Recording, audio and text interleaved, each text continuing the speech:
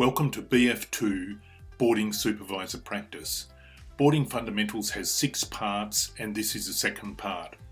We want to look firstly at the boarding supervisor role, and this is referred to differently in different boarding residences and boarding schools. The role may be called a boarding supervisor, a housemaster, a house parent, a youth worker, a residential youth worker, a residential carer, but the main role is to supervise and care for and enable the holistic development of students who are boarders. This is how the assessments work for BF2. They're either multiple choice or true, false. And so you can see with this one, the main role of a boarding supervisor is to enable holistic development, supervise students and care for students. The main role is not to teach different sports. So you would just indicate A, B and D. So that's how the assessments work. The boarding supervisor role, common to the role in all residences, is that you're caring for other people's children, and this makes it a very serious role. There are state and Commonwealth laws. There are organisation policies and procedures. There are duty of care requirements, and there are ethical and moral implications for the boarding supervisor role. And this is question 2, some things that are common to the residential role, and you can work out from there which ones are correct. The boarding supervisor role is a professional relationship. Now, it is not a personal relationship. It is a professional relationship, and your code of conduct makes it very clear the standards of professional behaviour that are expected of you. So you'll have resident standards, and there will also be industry standards. In a professional relationship, there are boundaries. These are rules and limits that prevent the line between carer and client being stepped over. We all have boundaries or rules that govern how we interact in our relationships with other people, what we find to be acceptable and unacceptable behaviour. So in a professional relationship, you have boundaries, and we've talked about boundaries, the line between behaviours that are appropriate and behaviours that are not appropriate, and we have a gap or a small distance between us and the student. And that's what makes it a professional relationship. It's very different to a personal relationship. You don't have a personal relationship with boarders, you have a professional relationship. We have industry standards.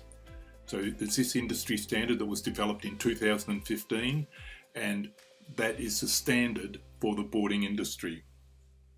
We also have documents like this. This is protective practices, and this comes from the education sector, and you'll find these in every state and territory. A little different for each one. This one's from South Australia, and this is how we know where the line is, where we know where the boundary is. This is question 3 and 4. It's about close personal relationships with students. We know that we don't have that. It's not a close personal relationship. It is a professional relationship. And then, of course, the boundaries. So we want to look at different areas and to find out what are inappropriate behaviours and what are appropriate behaviours. So firstly, we're going to look at communication. So this is inappropriate behaviour that we do not want to happen in boarding. So that's inappropriate comments about a young person's appearance, including excessive flattering comments. And you need to avoid anything that looks like grooming. And so excessive flattering comments look like grooming. Any inappropriate conversation or inquiries of a sexual nature, sexual jokes or sexual innuendo, any of that is inappropriate. Disrespectful or discriminatory treatment of young people based on their perceived or actual sexual orientation, use of inappropriate pet names. And I should just clarify what this means. It is the sort of pet names that look like grooming. And sometimes young people will have nicknames that everybody uses, and we've seen a big tall guy that they might call Shorty. Everybody calls him that, and he probably likes that, and so that's not really inappropriate, but it's these pet names which can look like grooming. Vilification or humiliation is inappropriate behaviour with communication. Any sort of obscene gestures or language, facilitating or permitting access to pornographic material is inappropriate, obviously. Failing to intervene in the sexual harassment of young people is inappropriate. We must intervene if young people are being harassed. And correspondence of a personal nature via any medium.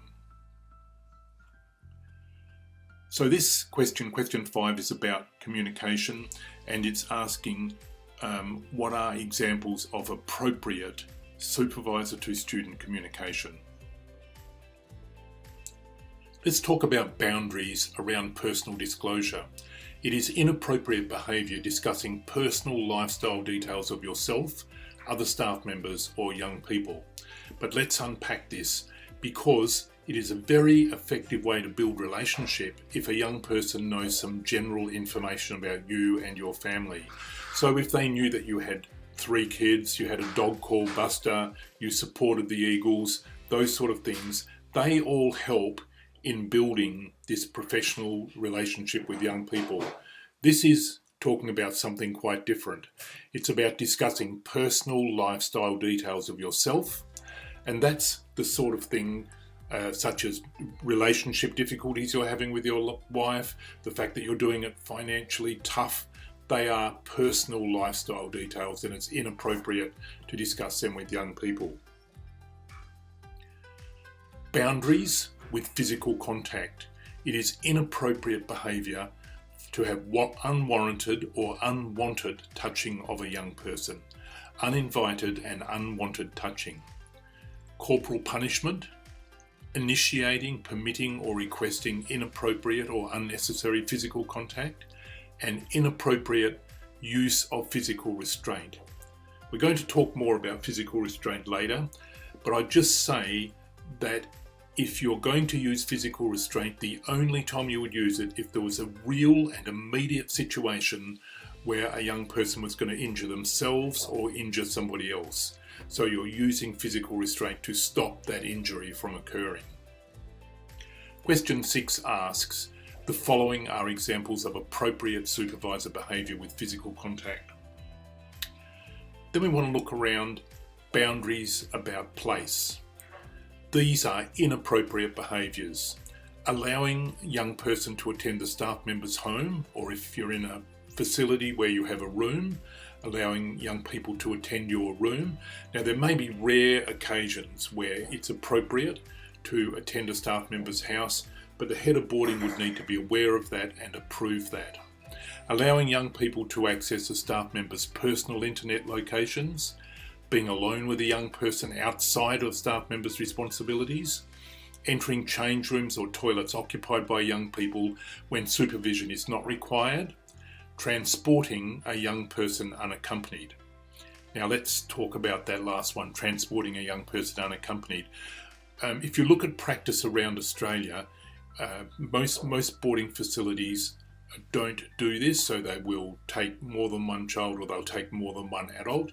If they do have to take one child, they will ask that child to sit in the back. They'll ask the young person to sit in the back of the vehicle. And there are other ways too that you can transport young people unaccompanied. Some organisations have videos in their vehicles, like dash cams that are reversed, so that they are recorded as they're travelling with young people, and that offers them an element of safety. So there are some ways of transporting a young person unaccompanied. Question 7 says the following are examples of appropriate supervisor behaviour relating to place. Then we want to look at boundaries around targeting individual young people, and this is inappropriate behaviour. Tutoring outside the head of boarding's direction or knowledge, giving personal gifts or special favours, singling out the same young person for special duties or responsibilities, offering holiday care of young people unless it's with the head of boarding's knowledge and with the parents' consent, of course. Boundaries around role. It's inappropriate to adopt an ongoing welfare role that is beyond the scope of your position. photographing, audio recording or filming young people via any medium when not authorised to do so. And then of course uploading or publishing still or moving images onto the internet. They're inappropriate behaviours. So all of this can be quite confusing. There's lots of boundaries, lots of things to think about, lots of things to remember. But if you think about it like this, if you're working one-to-one with young people, if you just remember these 4 things: make it public, make it authorised, make it timely, and make it purposeful. Make it public. The more visible, public and busy the location, the better. Use the site's authorised IT systems. Do not use personal email, phone, social media, apps, etc. Particularly to communicate with young people. Make it authorised. Parents should be informed and give consent. The activity must be authorised by the head of boarding. Make it timely. It should be a legitimate part of your role. Try and provide support during normal work times. Sessions should be concise and not unnecessarily prolonged. And then make it purposeful. The activity, this one-to-one activity, should address or be linked to an identified well-being or learning need of the child or young person. So that's about making it purposeful. Question 8 asks, when working one-to-one with young people, there are 4 boundary guidelines that all supervisors should follow. The next part of this is about privacy and confidentiality. In your role as a boarding supervisor, you're going to access a lot of information about young people and their families. We need to treat this information with care. We need to respect the privacy and confidentiality of young people and their families. We should only share this if it is necessary and with permission. This question asks, when you've got access to information about young people and their situations, you can and you choose the correct ones out of there. The Australian Privacy Act 1988 was revised in 2014 with 13 Australian Privacy Principles, or APPs, and this is about managing personal information in an open, transparent way, knowing what information can be collected and then how the information is going to be used and passed on to others. And every organisation is going to have its own privacy and confidentiality policy and procedure, and it's very important that you look at your organisation's privacy policy, privacy procedures, and read through them and make sure that you can follow them. So privacy and confidentiality: don't share information with people who don't need it. Keep written information in a safe place and don't gossip. And question 10 asks, basic guidelines for privacy and confidentiality include, and you choose the correct ones from there.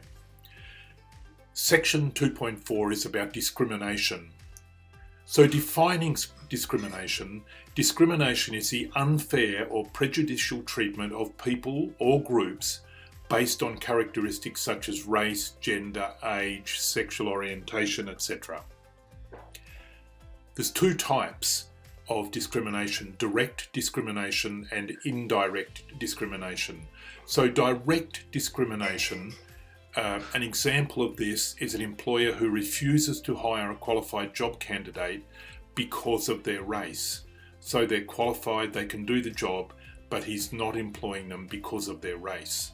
Or a landlord who denies a rental application because the applicant is disabled. Question 11 asks for an example of direct discrimination.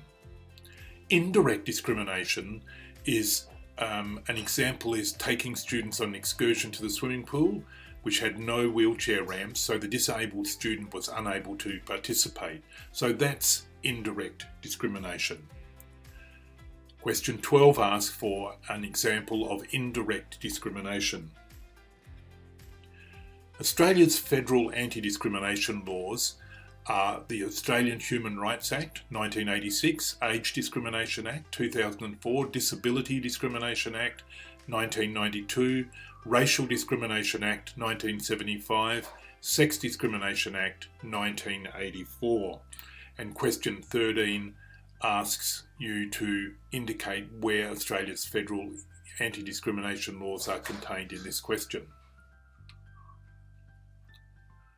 Boarding providers and boarding supervisors can work towards establishing an inclusive environment that understands and values diversity, enables all boarders to feel good about their race, ethnicity, culture and faith, does not tolerate discrimination, encourages conversation about well-being, seeking help, and it supports vigilance so that discriminatory behaviour can be challenged.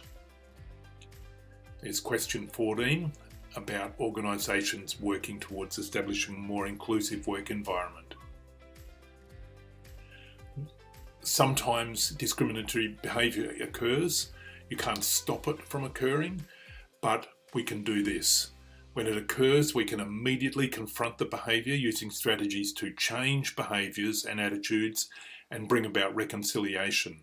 We can support staff or boarders who've experienced any type of discrimination, and we can consider involving boarders and staff in programs to develop an understanding of diversity and to develop empathy towards people at risk of discrimination and actions to develop inclusivity.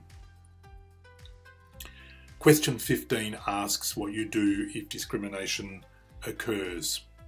Best chance of achieving a positive outcome. Take action and implement the decision and then monitor the results, making adjustments as needed. Then evaluate the whole process, the whole decision-making process and the outcome. So you can see there's quite a lot in this ethical decision-making process. Question 17 asks what steps are involved in this ethical decision-making process. The last part of Boarding Fundamentals 2 is about boarding practice. What does good professional practice look like? And this is divided into 4 parts. The first part is professional practice, the second part is supervision practice, the third part is team practice, and the fourth is administration practice. So let's have a look at professional practice regarding laws. So professional practice means that the supervisor always acts appropriately and legally in all their dealings with young people, understands and follows Commonwealth and state laws that affect their role. So this means that you understand generally the Commonwealth and state laws that affect your role, not every detail of every law. That's not really expected. Is aware of child protection and mandatory reporting laws and responds appropriately, understands the indicators of abuse and what forms a reasonable belief that abuse may be occurring, completes all mandatory reporting requirements including written reports, follows an ethical process in reporting any breaches of the law or codes of conduct by others in the residence. And this question is about professional practice regarding the law. Then professional practice regarding the organisation. So what professional practice looks like is the supervisor supports the resident's mission statement and objectives, knows residents' policies and procedures and complies consistently, knows social media policy and models responsible use of technology, knows privacy policy and procedures, knows job description, has professional relationships with boundaries with students, positive responsible behaviour and standards in dress and appearance, and follows staff grievance procedure if that is ever required. So question 19 is about professional practice regarding the organisation. Then we have professional practice regarding staff professional development, so your professional development or professional learning. Has a personal professional development plan or professional learning plan, attends all professional development as required, is current and up to date with required licences and qualifications such as first aid, working with children's clearances, bus licences, etc. Seeks help and support when needed from the head of boarding, the manager or colleagues, and seeks feedback to improve their practice. So that could be feedback from your peers, other boarding supervisors, or from your head of boarding. And this question is about professional practice and professional development. The next part of this is about professional practice around workplace health and safety. So this means that the supervisor knows workplace health and safety policy and is consistent in safe work practices, that they don't do things that are going to harm themselves or going to harm other staff members. They can correctly identify hazards and manage and report hazards. They respond correctly and consistently to emergencies. They participate in regular emergency drills, such as fire drills and lockdown drills, and complies with recording and reporting requirements. Question 21 is about professional practice regarding workplace health and safety. So then we move on to supervision practice. What does good professional practice look like with supervision practice? So we want to look firstly at student safety. So understands the concepts of duty of care and non-delegable duty of care. I understand that you may not have done non-delegable duty of care, but you will do it quite soon in boarding fundamentals. Ensures the residence environment and activities provide a high level of safety for students at all times. Knows emergency responses to student health issues, including anaphylactic shock and suicidal ideation. Conforms to residence procedures for safe administration of medication. Question 22 is about effective supervision practice regarding student safety. And the next part of this is about relationships, supervision practice and relationships. Has positive, respectful relationships with all students. Has nurturing, caring relationships with all students. Shows empathy and patience in relationships, which is hard sometimes. Has positive, respectful communication with students. Reacts and responds to students professionally. Implements consistent, appropriate routines in the residence, and empowers students to become self-managing. And this question is about effective supervision practice and relationships. Then we want to look at supervision practice regarding supervising, which is really at the heart of the role, the boarding supervisor role. So supervise students effectively and actively, being involved and being where the students are. So that means not sitting in an office, but being around and moving around where the students are. Actively monitors student behaviour and needs and intervenes effectively when required. Supports students and meets their needs in a timely manner. Encourages and assists students to maintain their required homework routines. Provides interesting, engaging activities as required, and contributes to students gaining life skills. This question is about effective supervision practice. The next part of this is supervision practice and behaviour management. Actively follows the residents' behaviour management procedures, effectively and consistently manages student behaviour, effectively uses strategies for de-escalation of at-risk behaviour, manages the use of consequences sensitively and effectively uses restorative practice strategies. And you might be thinking, I don't really know what some of these things are, but these will all be covered in boarding fundamentals. Enforces residence policy in relation to the responsible use of technology, knows when to refer a student for help, and uses a residence procedure for referral. So this question 25, is about effective supervision practice regarding behaviour management. And then we move on to look at cultural support and sensitivity.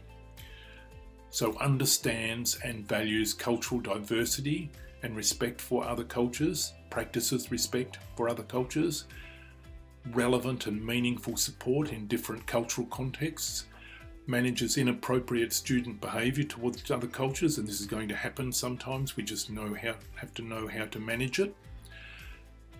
Develops an understanding of Aboriginal and Torres Strait Islander students' cultural backgrounds. And this question 26, is about effective supervision practice regarding cultural support and sensitivity. So the next part of looking at what professional boarding practice looks like is about team practice. And firstly, we want to look at leadership.